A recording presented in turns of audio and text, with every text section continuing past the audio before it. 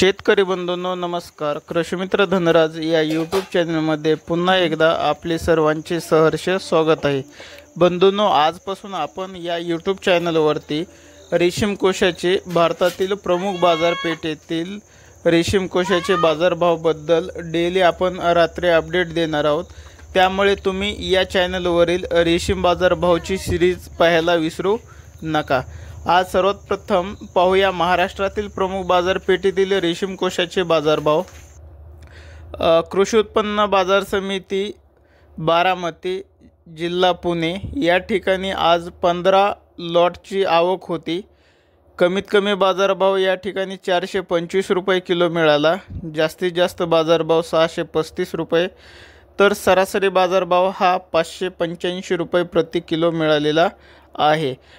महाराष्ट्रातील सर्वात मोठी बाजारपेठ असणाऱ्या बीड येथे रेशीम कोश बाजारपेठ बीड या ठिकाणी आज 99 लॉटची आवक होती। कमीत कमी बाजारभाव 200 रुपये किलो होता। जास्तीत जास्त बाजारभाव 650 रुपये किलो होता, तर सरासरी बाजारभाव 547 रुपये किलो होता। तिसरी बाजार समिती आहे कृषी उत्पन्न बाजार समिती जालना। या ठिकाणी रेशीम कोशाची आवक 2 क्विंटल होती। या ठिकाणी कमीत कमी बाजारभाव हा 215 रुपये किलो होता। जास्तीत जास्त बाजारभाव हा 485 रुपये किलो होता, तर सरासरी बाजारभाव हा 325 रुपये किलो होता। गव्हर्नमेंट कोकून मार्केट कोल्हेगल या ठिकाणी आज पिवळ्या कोशाची आवक 237 लॉट होती।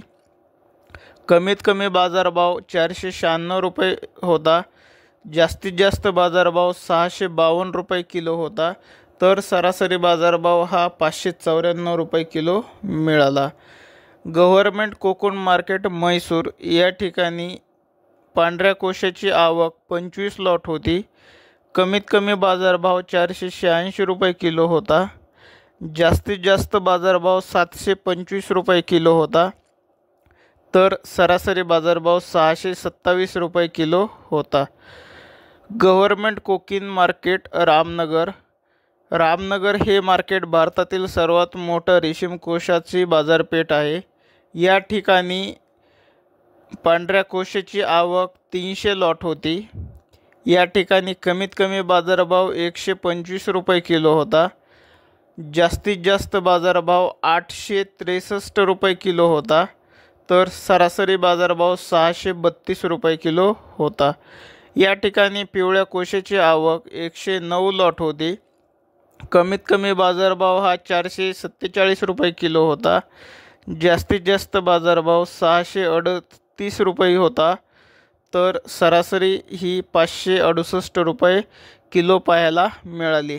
बंधूंनो, अशा पद्धतीने आज आपण हे डेली बाजारभावाचे अपडेट पाहिलेले आहे। डेली आपण रात्री 8 ते 9च्या दरम्यान आपण आज बाजारभाव काय मिळाला याबद्दल व्हिडिओ स्वरूपात आपण आपल्यापर्यंत व्हिडिओ पोहोचवण्याचा प्रयत्न करूया। धन्यवाद।